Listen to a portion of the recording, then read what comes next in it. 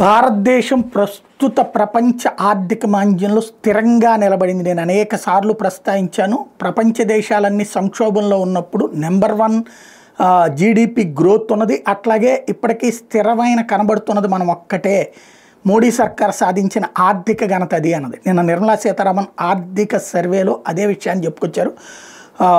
వార్షిక వృద్ధి రేటు నమోదు పెంచడం, దీన్ని సాధించాలంటే జీడిపిలో పెట్టుబడుల శాతం ప్రస్తుతం 31 నుంచి 35% పెరగాలి.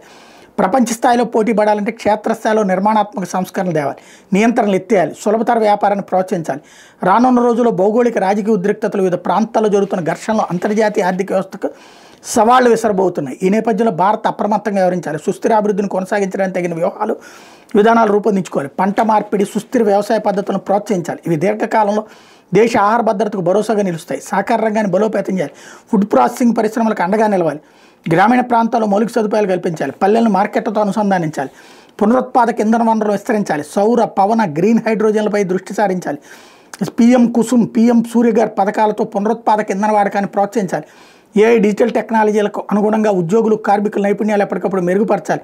పని ప్రదేశంలో సంస్కరణలతో శ్రామిక జనాభాలో మహిళల పాత్ర పెరిగేలా చర్యలు తీసుకోవాలి.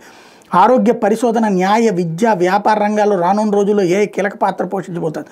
తయారీ రంగాన్ని అభివృద్ధి చేసుకోవాలని, అదే సమయంలో కృత్రిమ మీద, రోబోటిక్స్, బయోటెక్నాలజీ రంగాల మీద భారీగా పెట్టుబడులు పెట్టాలి.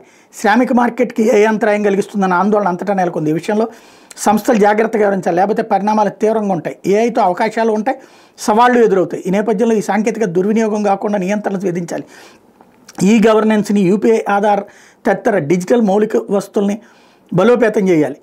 5G నెట్వర్క్ను విస్తరించాలి. ఇందుకు ఏఐ, డేటా ఆధారిత విధాన నిర్ణయాలు తీసుకోవాలన్నటువంటి ఇచ్చినటువంటి ఆవిడ ప్రధానమైనటువంటి సూచనలు.